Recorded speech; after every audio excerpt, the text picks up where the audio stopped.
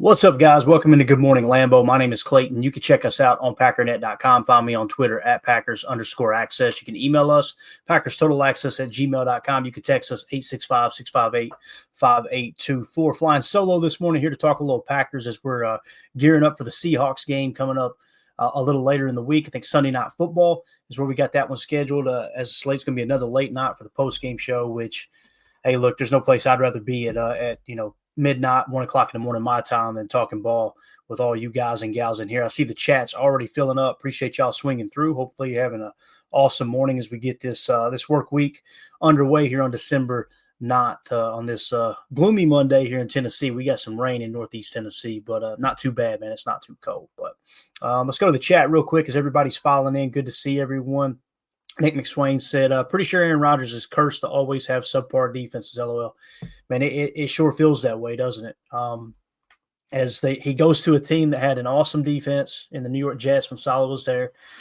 And, listen, I don't think they're like a horrible defense all of a sudden, but they definitely are not playing at the level they did when Saleh was the head coach. So Coach Brick out there is definitely struggling. In Jersey to keep that thing going. And, Aaron, it sounds like he's planning on coming back next year is kind of the vibe I get. I see other people saying, reading between the lines of the McAfee show, they think he's going to retire. Regardless, man, think about Devontae Adams too. Like if you go back down memory lane for a second, this is not even in the show notes, but here we are. If you go back down memory lane and say, okay, Devontae Adams, Aaron Rodgers here in Green Bay. If you guys will remember, Aaron Rodgers went on his tirade with the media there before. I'm trying to think of what season it was before. It might have been before 2020. Could have been 20. I think it was 2020 or 2021 maybe. The years have blurred together. But essentially what happened was they went to Devontae Adams to extend him, and they offered him less than $20 million per. And there were many other receivers getting paid over $20 million. And I think many people would say Devontae Adams is one of, if not the best wide receivers. So that pissed Tay off to the point where Tay said, nope, I'm done. I'm not negotiating. You can say you're putting a franchise tag on me, but I'm not coming in and playing. And Aaron Rodgers coming into camp that year, if I remember correctly, that's when he went off. It was going into Devontae Adams' last year with the Packers when Aaron went off in the presser, right? And so Devontae played that year out without a contract, without a contract extension. And then the next year they decided they were just going to franchise tag him, and he bucked on them. And then they offered Devontae Adams more money than the Raiders offered him to say, okay, yeah, we screwed up here, take the money. And Devontae said, no, I want to go to Vegas. I'm out. So that's how that all happened. And you think about Devontae Adams leaves Green Bay, right? And Aaron stays. And in 2022 happens, Aaron breaks his thumb on his throwing hand. The receivers led the league in drops. The defense was, it definitely wasn't a top 5 defense. I think we would all agree. Devontae Adams goes to Vegas to play with his college quarterback and one of his best friends in life, and Derek Carr. Derek Carr gets benched. They end up shipping him out. So Tay's stuck out there without Derek Carr. Aaron decides, hey, look, I'm going to go into this darkness retreat. It's just wild to think about going back through time and really how that whole thing unfolded. And whichever story you want to believe, Aaron says that when he went into the darkness retreat, Goody told him, hey, look, if you want to play, your job's here, let's run it back. And then when he gets out of the darkness retreat, he said he had text messages from people around the league, good sources saying that Goody was shopping him while he was in the cave. It's like, you can't make this up, man. This sounds like a damn movie. So it's just wild because it's kind of Aaron ends up with the Jets. He gets them to trade for Tay, and they're one of the worst teams in the league. As a Packers fan, it's hard not to feel vindicated that, hey, man, our team knows what we're doing here, right? Because I don't want to say you dodged a bullet. I think Tay and Aaron would have had a shot to win a Super Bowl if they both had stayed. But at the same time, things could be a lot worse. Man, that's rough out there in Jersey, no doubt about it. But anyway, here we are still talking about it.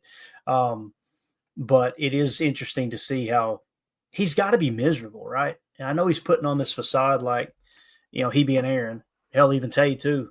Like, no, yeah, everything's fine. I'd like to stay here in Jersey. He said something about the house he had built or modified or whatever he's living in. So he's finding the positives, this and that. But he's got to be kind of looking over his shoulder, going, "What if I had taken a little less money and stayed in Green Bay?" You know, um, that's just wild to think about. It really is. I see the chat lighting up in here. Let's go ahead and jump into some of it.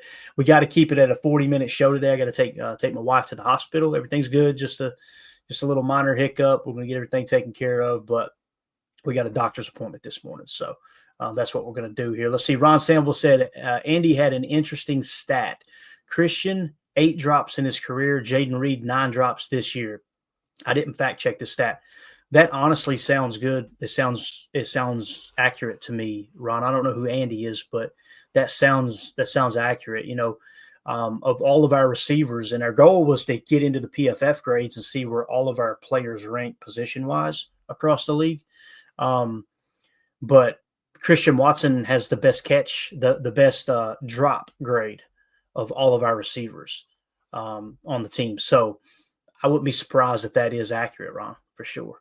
Appreciate you dropping that stat in there. Nick McSwain said, I've heard the Jets could be a landing spot for Ben Johnson. Boy, that would be a wild turn of events, wouldn't it? Anywhere but the North, Although it would be kind of fun to see Ben Johnson fall to someone like, land somewhere like Chicago, because Detroit would have to deal with him twice a year. That would be fun too, because we've had to deal with that for how long, right? Seems like we're always losing players and coaches to NFC North rivals. So that part of me is like, if he does land in Chicago, I know some people are going, oh, crap, he's going to make the Bears good. He may, but you also got to think of the caveat and the positive that the Lions going to have to deal with him twice a year too. So that would be fun. I have confidence that we can beat good teams. I have confidence that we can beat good coaches. I really do.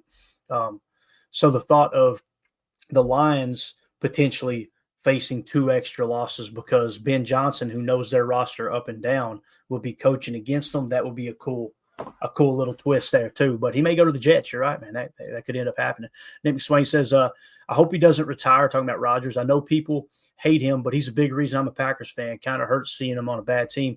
Yeah, now I'm with you, man. Nick, anybody who's followed me since I started podcasting, I think I've been doing it for going on 3 years now. I like Aaron. Again, I think that politics and the whole COVID-19 thing really is what sparked the majority of what happened with Aaron. And I say this all the time. If you're one of those people that have a problem with Aaron Rodgers not wanting his vaccination status out in the public, then I'm sorry, I can't help you. It's nobody's damn business. It's nobody's damn business. And we're not going to get into what's been proven now and what has been disproven and this and that. I'm over that. I don't want to get into that argument. And some people are going, oh, Clayton's anti-vaxxer. Let me explain something to you. We had my wife's parents move in with us because her mom had a stroke, and her dad was a veteran from Vietnam veteran who was on an aircraft carrier and was basically tech, I guess you could say tech guy, computer guy in aircrafts on aircraft carriers. If you guys know what the USS Forester is, that was a aircraft carrier that got blown up. And it was a malfunction on deck where a pilot had made a mistake. He was on that. So Parkinson's from napalm, things like that. Just a ton of different stuff. Parkinson's, dementia. He was a diabetic, amputee diabetic. One of my heroes in life. They had to move in with us. So I had to face the fact of, and I got COVID-19 and I got sick. I mean, we were really concerned. Still have long-term effects from how bad I caught COVID. So this isn't an anti-vaxxer opinion. And we're going to get back to Aaron. I'm just trying to tell you where I sit on the Aaron Rodgers situation. That's what got brought up. That's what we're talking about. So I checked around with doctors in the area, nurses that I know we have the same belief system and we're kind of lockstep. And they did the best they could informing me, hey, look, you need to, I think it's safe. I think you're good to go. And you need to protect your parents. You need to protect Mandy's parents. So that's what we did. I was the guinea pig. I went out and got the vax. I got the booster, one. And I have side effects from those. That's not me speculating. That's what my doctor told me. So allegedly, let's say that, so people don't get upset on here.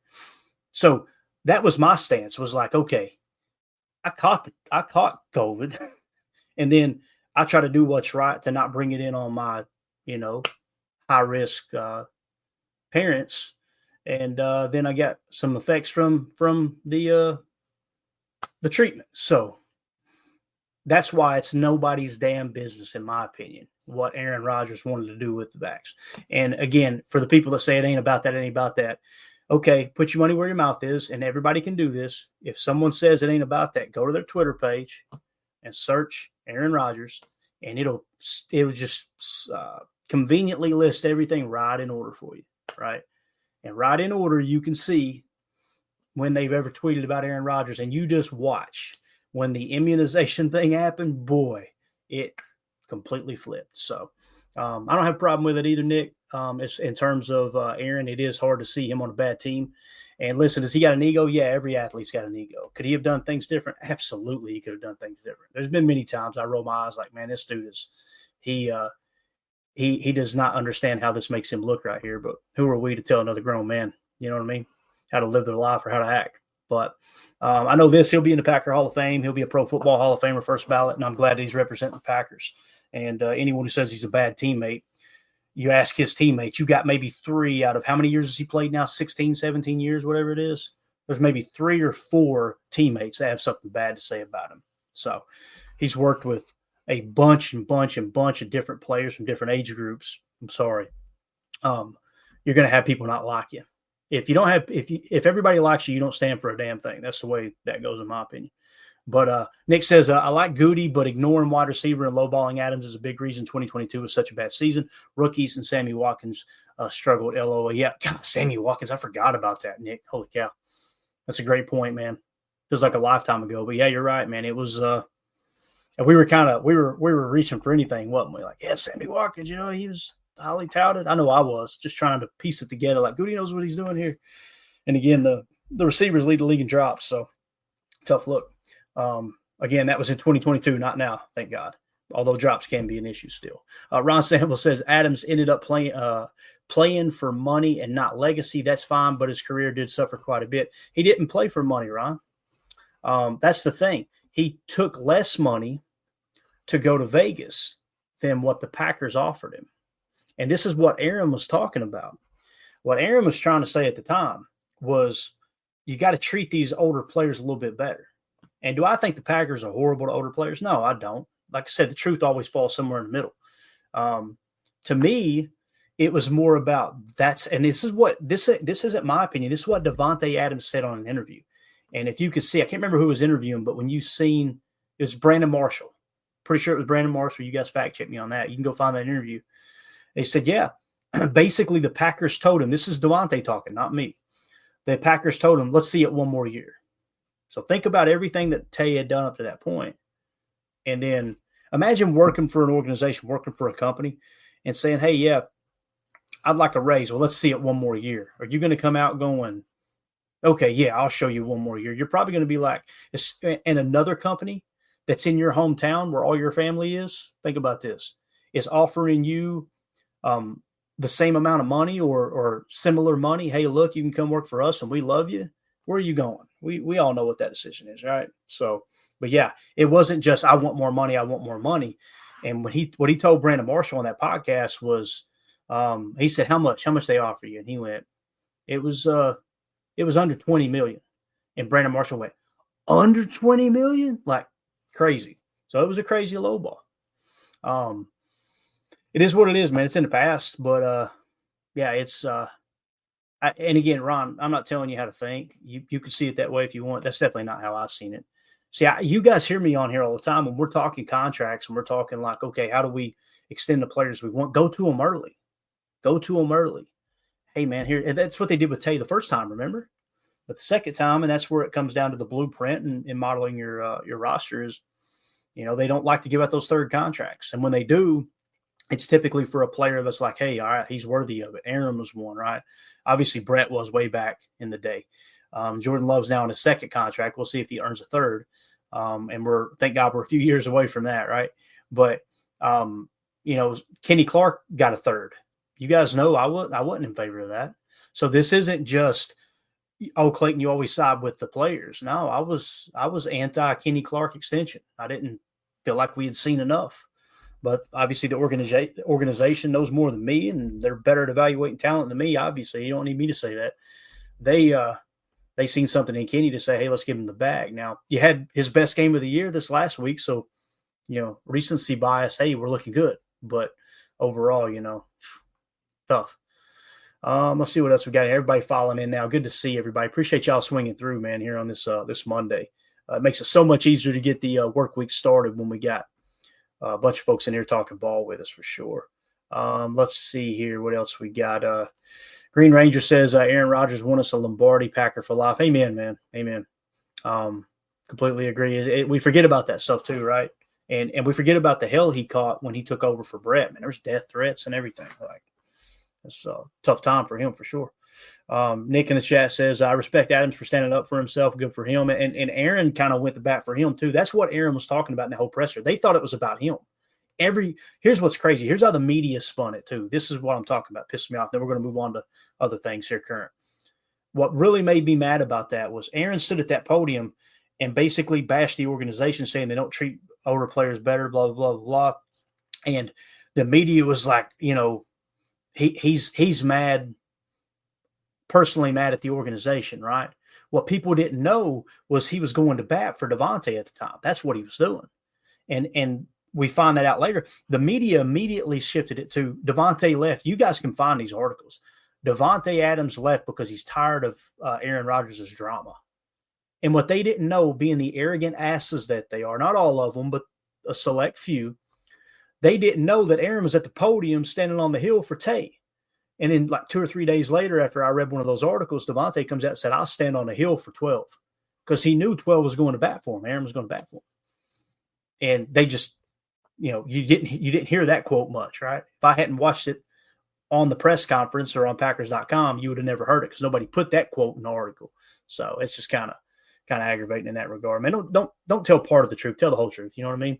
And again, Aaron's got his faults. There's no two ways about it, as we all do. But I'm excited to have him come back and have that number. I guess he'll have the number retired. I don't know, man. I imagine he would. That would make, how many would that make? Six numbers retired, 5 numbers retired, whatever it is. But I don't think anybody else should wear the number 12. That's just me. Anybody who wins a Lombardi like that, multiple MVPs, you could tell really carried the team for quite some time. Maybe not in the latter years, obviously, but yeah, I think they deserve to have that number retired. Anyway, let's get to the topic here. I want to give a shout out. You notice here at the bottom, a tweet went out on a video we're going to play here, and we're just going to play the audio aspect. Shout out to @HCM21_ said, listen to Josh Jacobs' story. You won't regret it. Went from being homeless at 8, having no aspirations to become an NFL player, first in his family to graduate college, and is now one of the top running backs in the league. And I just asked, hey, do you know who the creator of this video is? I want to give credit. And evidently it came from TikTok. So you guys, if you're on TikTok, I personally am not, go find @footballfangirl23 on TikTok. Okay, that's where this video came from. And again, I'm not going to play the video. I'm going to play the audio for you guys, because if someone else, here's the tricky part about YouTube that's really, really frustrating. I'm going to go ahead and pop this up real quick. If I share this video on YouTube, this just kind of puts you in the mind of us and what we have to deal with in terms of AI. If I put this up on YouTube and someone else has shared it on YouTube, whether it be a short or a video, the AI will capture it as their video. They'll trigger us with a copyright or a share infringement or whatever it is, and they'll once again demonetize, ban the channel. So whether you're giving credit to them or not, they don't even own the video. They didn't even make the video, but because they were the first one to put it on YouTube, the AI will trigger it that way. And there's no one to talk to where you can go to YouTube and say, hey, here's the issue. This was just a mistake. You cannot speak to a human being at YouTube. So that's the issue. But anyway, here it is. I think you guys will enjoy the story. It's about 2 minutes long. This is who your running back one is. He's just unbelievable. What an amazing person. Here we go. This NFL player was homeless from the age of 8 onwards. After his parents' divorce, his mom spent child support checks on herself instead of feeding her children. When he questioned her about it, she kicked him out of the house and he moved in with his dad, Marty. Soon, his dad gained custody of his 4 siblings, too. but he also lost his job. So Josh and his 4 siblings lived in their car while the dad stood guard with a gun, moved from motel to motel, and lived off white rice and ramen. Josh calls himself a 5-star microwave chef. They eventually moved into a house, but it was in a rough neighborhood where shootings were the norm and police helicopters circled constantly. He says he was 13 the first time he got shot at. Through it all, for 4 minutes every night and on long car rides, his dad would make them sing, draw, paint, freestyle, beatbox, anything to express themselves and engage with each other. He loved these so much that he brought freestyling to his roommates in college, and they did it daily together. He's Filipino and has a tattoo of his Filipina grandmother on his hand. He's really proud of this side of his heritage and has gone back to the Philippines to meet his family. He signed with Alabama on the same day that his son Baxter was born. He says, when I finally held him and looked at him, it was a crazy feeling. That was the first time I felt like I ever really loved something in my life. Baxter stayed behind in Oklahoma and became besties with Josh's dad while Josh went to Alabama. When he first got there, he slept on his dorm floor for a while because he was so unused to having a bed.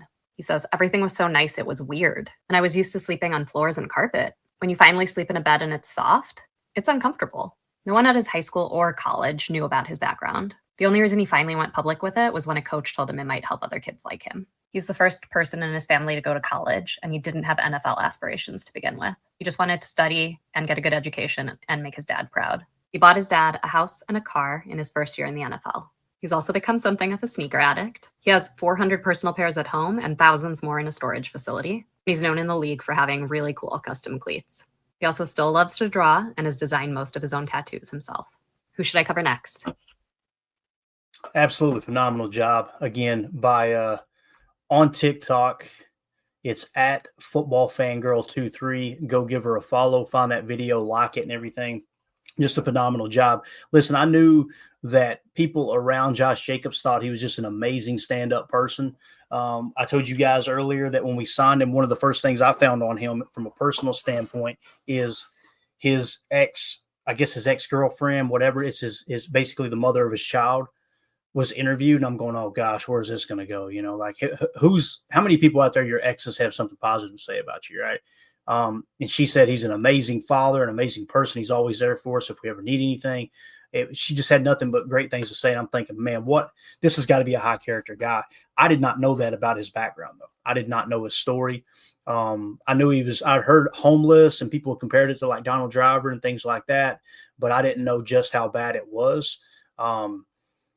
That type of stuff, man, it really builds character. It builds character. And, I'm just so damn glad that he's on the Green Bay Packers, no doubt about it. So, all right, let's get into some PFF grades, if that's all right with you guys. What I thought we would do is why not go around the league here and take a quick look at where our players rank by position. I was going to chart it, but I'm going to have to do it later. Actually, I could probably do it right here just to kind of get an idea of where do these players rank, okay? And what we're looking to do, look, we're 4 weeks away from the end of the season. Obviously, we'll have the playoffs too. You've got the college football playoffs starting this week. So you're talking about high risk, high reward type games. You're going to see how players on those respective teams play under pressure. So now's the time to really, if you were ever going to watch a little college football, now's the time to do it. Whenever you see a college playoff game on, or if you want to go do the look at the stats, look at the analytics, look at the grades, look at the projections going into next year's draft, and say, okay, what positions are positions of need for the Packers? All right, who are these players at the top of the consensus big board that are playing these playoff games? Here's the guy that I like the most. This is the time to do it. It's a fun time. It really is. But what we want to do is just kind of evaluate as we come down into the last quarter of the season. I guess we're technically in the last quarter with the odd number of games, but you guys get the point. These last 4 games, let's get an idea of, okay, where do we need to improve next year? That way when you're watching college football, it's almost like a guide, right? So I think it would be really beneficial in that regard. So quarterback, let's start there. Okay, quarterback, you can see Jordan Love, and the minimal snaps percentage has been removed according to PFF here. So this is going to give you the guys that play the majority of the time. All right, Jordan Love, 76.8. He's tied for 15th in the league right now. So he's a top 15 quarterback. So we say quarterback, we're going to put 15th. All right. Now, obviously, there's some people going, Clayton, he's getting paid way too much money to have that low of a grade. Listen, I understand the concern and everything, but to me, it's not so much about is he the highest graded player or not, is he elite? Is he in that ballpark, right? Because PFF isn't everything. We're looking let me put it this way. When I look at PFF grades, I'm looking for outliers. I'm looking for something that really pops like, whoa, that really stood out, as opposed to, well, he's 15th in the league, but really when you think about it, when you look at his grade, he's 76.8. He's less than 5 points away from being top 10, right? He's less than 10 points away from being borderline top 5. So I don't split hairs with PFF is basically what I'm saying. All right. So again, legit, to me, that checks out. Jordan's the dude. He's our franchise quarterback moving forward. It's nice to have Malik Willis as a backup. Should Jordan get banged up again, we're good there for this year, the remainder of this year and next year at backup quarterback, unless they decide to trade Malik Willis, obviously. And you notice Malik Willis isn't on this list because he doesn't meet the minimal snap criteria. So just an example there, okay? Let's move on let's do halfbacks first before we get into quarterbacks. So the running back room in Green Bay, right? What does it look like? Well, Josh Jacobs, we just told you about his background, his personal life. He's just an absolutely stand-up dude, leader in the locker room, one of those quiet leaders, a guy that everybody respects. He's got current credibility in the league with his success. The third highest graded running back in the league is Josh Jacobs at 90.7. Now, to put that in perspective, Derrick Henry leads the league at 91.9. Bijan Robinson is second at 91.4.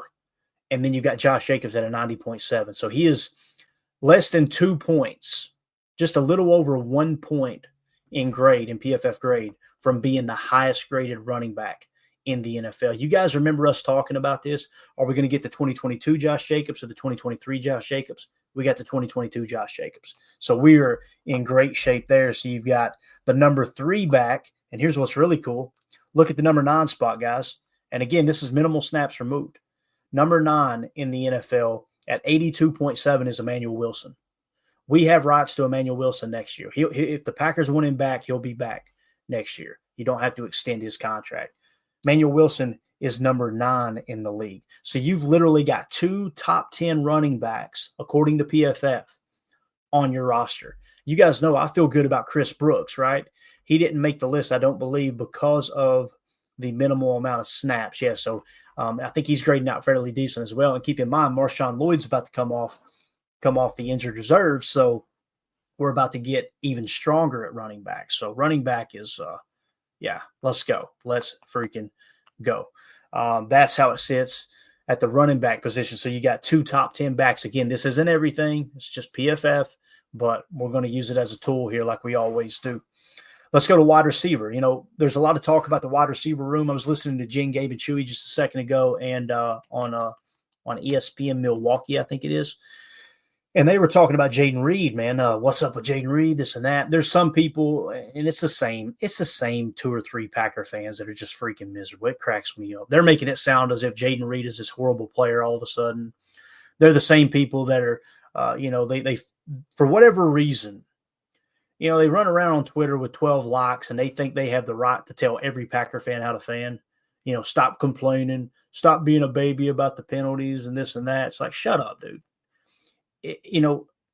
Nobody cares about your opinion. And again, it just, when that same person, 2 or 3 people keep popping up and telling other Packer fans how to fan, the gatekeepers, if you will, shut up. Nobody cares. Like, if I could buy you for what you're worth and sell you for what you thought you were worth, I'd be a damn millionaire. Like, it just drives me crazy. So anyway, they want to lead you to believe that Jaden Reed has had this huge fall off and he's not even a starting caliber wide receiver, right? He's having a down year. There's no 2 ways about it, but you don't throw the baby out with the bathwater. And if Jaden Reed's the floor of the wide receiver room in the future, sign me up. Sign me up. So let's go find the Packers' first wide receiver here. Look, is that right? That can't be right. Yep. Jaden Reed's the highest graded wide receiver on the Packers roster. So let's pretend like he's horrible at football when he's the highest graded player on the roster. Now, listen, he's sitting in the 42 spot. You guys remember us talking going into last offseason. I didn't feel like we had a true number 1. And when I say number 1, I'm talking about a receiver that draws bracket coverage, that can tilt the field in your favor on any given down, that type of player. I felt like we had a wide receiver room full of really good number 2 wide receivers. And that's a good place to be given Matt LaFleur's specific offense. That makes sense. So Jaden Reed coming in at 42. I like it. Let's keep this thing going here. Number 51 in the league at a 70.1 grade is Christian Watson. Christian Watson coming in at 51. Having a good year, in my opinion. Again, a solid, one of the best number 2 wide receivers in the game. Number 2, right? You put him on any roster, Christian Watson's going to be one of the top 2 receivers on that roster. There's no doubt in my mind. Same thing with Jaden Reed, whether they want to use him in the slot or put him at Z and use him on the motion and all that stuff. So Christian Watson coming in at number 51. Number 70 on the list at 65.3 is Romeo Doubs. Okay. So why are we doing this? Again, we're trying to figure out where is this roster as we go into the offseason. Where are some of the big holes? Obviously, you're going to have to replace the guys whose contracts are coming up. But the goal here is to see, okay, from a performance-based standard, where do we see each position group, right? So wide receivers, Romeo Doubs is a 70 in the 70 spot. Dontavion Wicks is sitting at number 89, okay? At 89, Dontavion Wicks at a 61.3. So, again, there's 32 teams in the league, right? So you would want your number 1 receiver to theoretically be in the top 32 of receiver grades, okay? Jaden Reed's at 42. That makes him a high number 2 wide receiver. Christian Watson's at 51. That makes him a high number 2 wide receiver. 70 would put Romeo Doubs as probably one of the best number 3 receivers in the league. And then you've got Dontavion Wicks coming in at 89, which would obviously make him a number 3 receiver too. So you've got 2 really good number 2s and 2 really good number 3s. I like the depth of our wide receiver room. To me, there's no reason to upset the apple cart to go out and overspend for a wide receiver in free agency or even a high draft pick, a first-round pick on a wide receiver. I like our wide receiver room the way it is. Doesn't mean you don't add depth. Doesn't mean you don't try to go get a bargain in free agency, right? But that's kind of how I see the wide receiver room. And again, PFF, that's where they've got them graded. 42, 51, 70, and 89 as our top 4 wide receivers. I think that's all that made the list, if I remember correctly. Yeah, so that's all at wide receiver. All right, let's move on to tight ends. All right, tight ends. And again, this is PFF graded, isn't everything. You guys know I have been very vocal that I felt like Tucker Kraft should be graded higher this year. You can't evaluate the evaluators. It's hard to have an argument either way, but to know what they're looking at. But as it sits right now, Tucker Kraft is tied for 31 at a 65.0 PFF grade. Okay, so what does that tell you? That tells you that Tucker Kraft is a legit starting tight end. Surprise, surprise, right? Nobody's surprised by that at all. I don't think Ben Sims meets the snap criteria, which sucks because Ben Sims is grading out pretty darn well. But if we were to go look at it and say, okay, do we actually need a backup tight end? We know Musgrave's going to be healthy next year. If he may be back this year and contribute significantly. But with Musgrave coming back, he's going to be your number 2. Ben Sims is coming back too. I don't see any reason to go try to get extra depth at tight end unless an awesome player falls to you and you hands down he's the best player on the board. Yeah, of course, it goes to say for any position, right? So that's how we look at tight end. 31st ranked, there's no reason to go out and try to overspend or reach in the draft for a tight end, in my opinion. Let's move on to offensive line. We got centers, all right? This one's going to hurt, and you guys know it. We'll take our medicine together.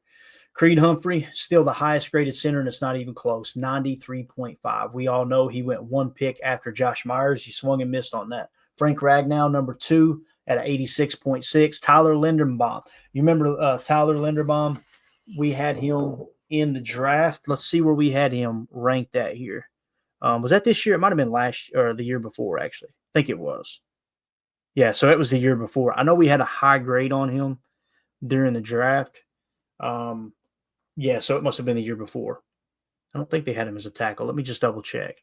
If anybody knows in the chat, let me know if I'm wrong here. If Linderbaum, I'm pretty sure it should show us, right? I don't want to click off this page because it may screw us up. 24 years old. He may have been in the league for 1 year now. Probably has been. If you guys know that, answer for me. But Tyler Linderbaum 80.4. Zach Frazier was definitely a rookie. Zach Frazier was one of our highest prospects. Just give you an idea of, we decided to not go after a center in the draft. And this is how much you could have improved it, okay? Zach Frazier was the second best center in the draft, okay? So imagine if you had taken Zach Frazier with your first-round pick. And, again, I'm not here to roast Goody and try to, say we're smarter than him. We all know we're not. But you'd be sitting a lot better with Zach Frazier at a 77.7, right? So people are going, Clayton, where's our boy at? Josh Myers is 37th, okay? He is 37th in the league at a 50.2. That's a perfect example of, hey, he's not starting caliber, right?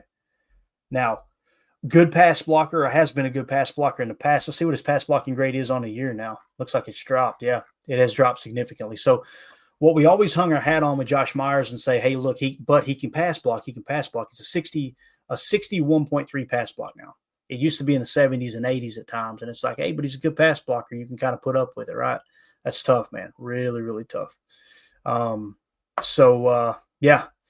it is what it is. But that's why I'm not in the camp of, hey, let's re-sign Josh Myers to top center money or top 5 center money, top 10, not even top 32 center money.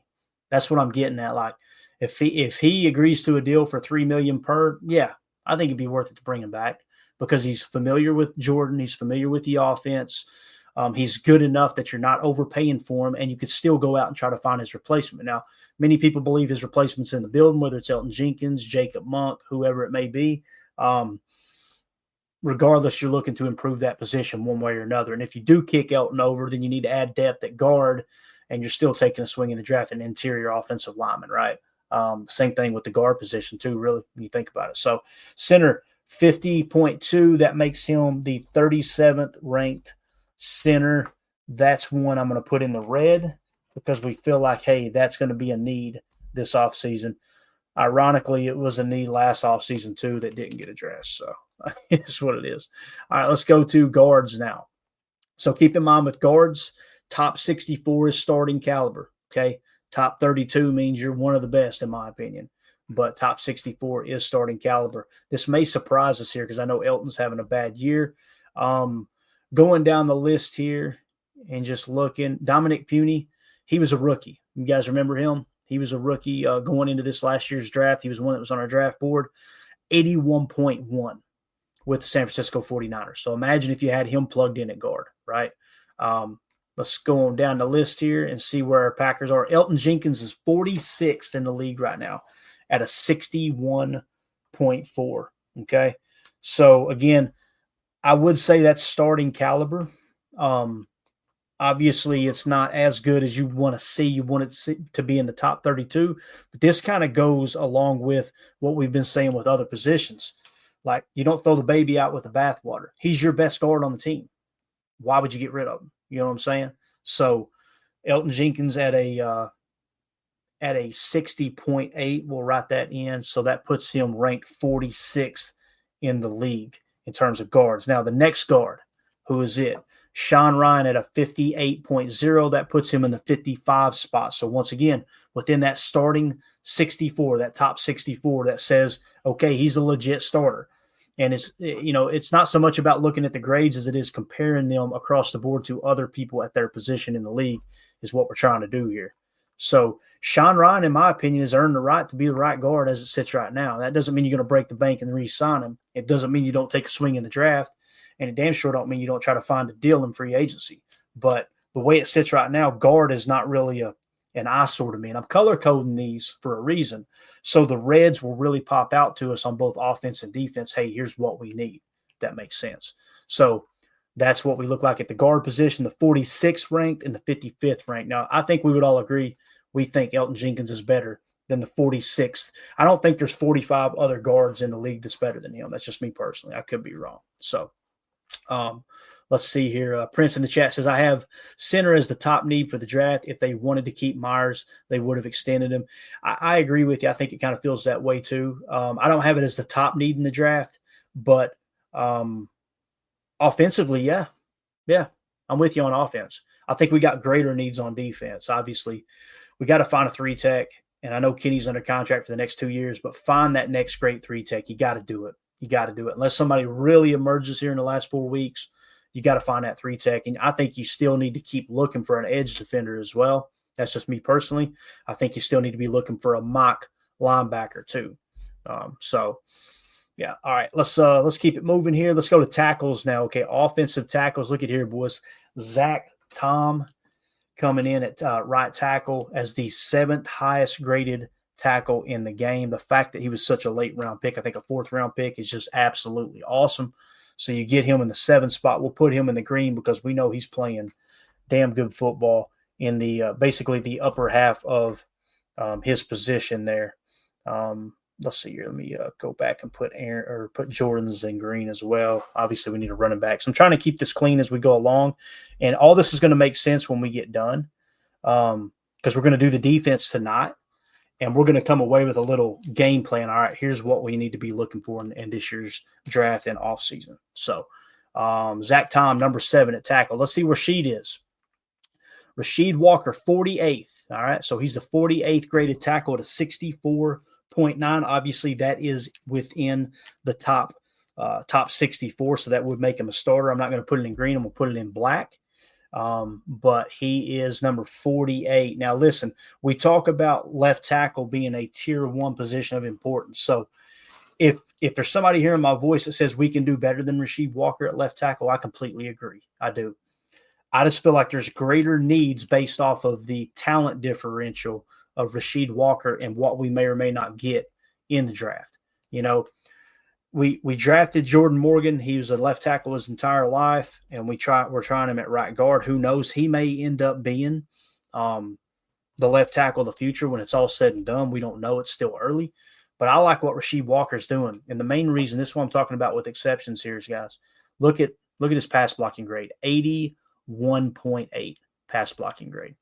Like, as a left tackle, that's what you want your left tackle. That's the type of play and focus and strength you want your left tackle to have when they're protecting Jordan Love's blind side. So I'm good with Rasheed Walker at tackle. So quick recap.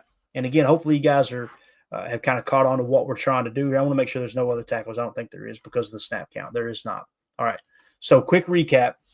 Quarterback, Jordan Love's the 15th highest graded quarterback in the league. We put that in the green. We're good. We got our franchise quarterback, no doubt about it. Halfback, you got Josh Jacobs in the 3 spot. You got Emmanuel Wilson in the 9 spot. You're good to go. Both of those are in the green. You got one of the best running back tandems in the league. I think LaFleur likes Chris Brooks more than Emmanuel Wilson. And some people think that Marshawn Lloyd is going to be way better than Emmanuel Wilson has been. If that's the case, don't even worry about running back for a couple of years. We're good, right?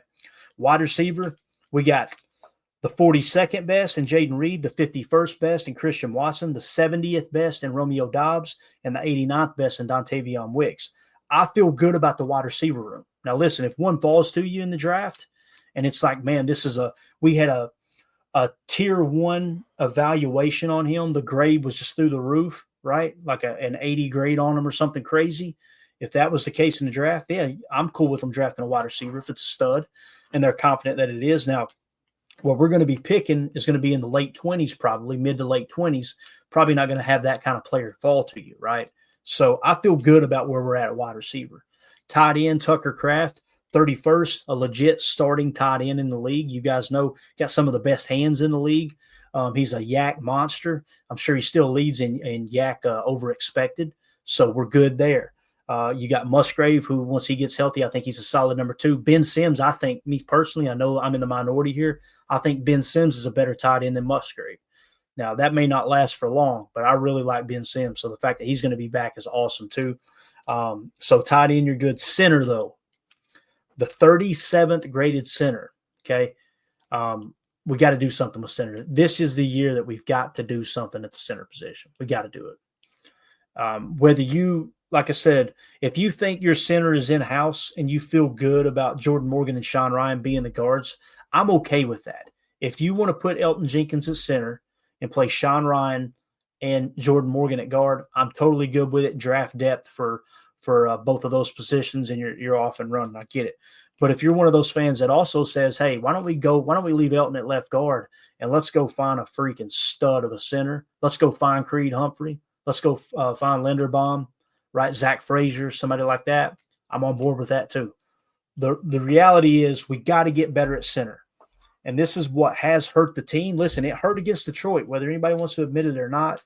I know the coaching staff probably won't talk about it, but when you turn on the tape, Josh Myers got his ass kicked all day long at the center position against Detroit.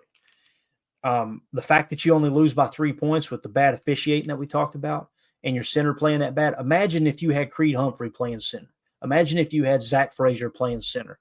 And let's say you graded out really, really well. You'd probably win in that ball game because that pressure early on those first 3 drives probably ain't happening. Now, I know the silent count was an issue. We talked about that. Emilio done a great job uncovering that information for us. That could have been the largest deciding factor, but every single year we keep coming up with the same person in Josh Myers, and we keep saying, yeah, buts are over, man. Let's go get this center position. Let's get this straightened out. Because it's that important. It really is. And when I talk in tiers of importance with positions, left tackle tier 1, quarterback tier 1, and then center tier 2. That's it on offense for me.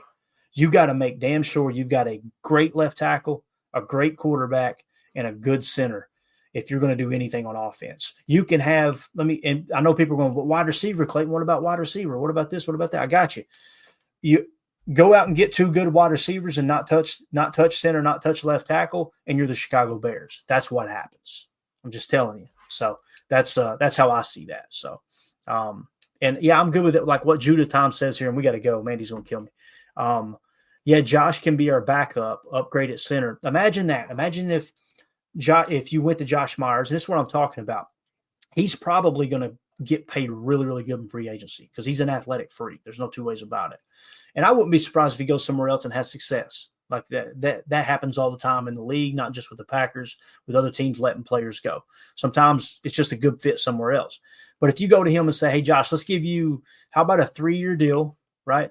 Let's go a 3-year deal worth $9 million total, and we'll give you $6 million fully guaranteed.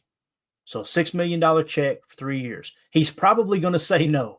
But if he said yes to something like that, or even just a 2-year extension, whatever it is, give him a little bit extra guaranteed money, but keep the overall number and the cap number down, bang, you've got a really high floor for center. And if for some reason you say Elton Jenkins is the starting center, now Josh Myers is getting paid backup money, right? And who knows, he could be a swing guard too. And then if Elton Jenkins gets hurt and Josh Myers has to plug in, you feel really good about having him as a backup center. There's many teams that if their starting center goes out, they are screwed. I mean, screwed. So I don't know if that makes sense. Prince, I think you're probably right. He says Myers will be a Bear or a Viking. Probably will, based off what's been going on the last few years. So, all right, guys, that's it. That's what we're going to hit on this morning. Like I said, I got to get my wife to the doctor. So we'll be back tonight to do defensive PFF grades and keep that ranking going. I'm going to save these rankings. So we have let me write this down real quick. I'm going to save these rankings so we have us a little blueprint going into the offseason and get an idea of, okay, exactly what we need for the draft, all that good stuff. Now, here's what's crazy. We're going to be in Green Bay for the draft. We've already got an Airbnb right there in Green Bay set up. So our plan is me, Emilio, Tim, and Jacob, if he's available, to get together. And basically, we're going to hang out around the draft. We're going to do meet and greets. We're going to hang out with everybody like that. But when the draft starts, we're going to go back to the B&B and do a live show, do a live draft show. So that's the plan right now. That could change. We get up there, we might go, I don't want to leave the draft. Let's just hang out here all night. But that's kind of the plan. So we're gathering information for all that as we take it on the road. So that's it, guys. We'll see y'all tonight. Appreciate y'all hanging out with us. Thanks to everybody in the chat. I see it lit up. Thank you, Mike. Good to see you and everybody. He says, great show, Clayton. I don't believe you, but I appreciate the support, man. But we will see y'all tonight. PTA Live, 7 p.m. Central. Everybody have a great day. Get this week started off right. Get it on a run. Let's kick its ass, all right? As always, let's go out and be the change we want to see in the world. And go, Pack, go. Thanks for watching Packers Total Access Live, your daily source for Green Bay Packers content. Created for the fans by the fans. Hit like, subscribe, and turn on notifications so you know whenever we go live. Don't forget to follow us on Twitter at Packers_Access. Go Pack Go. Have a great day.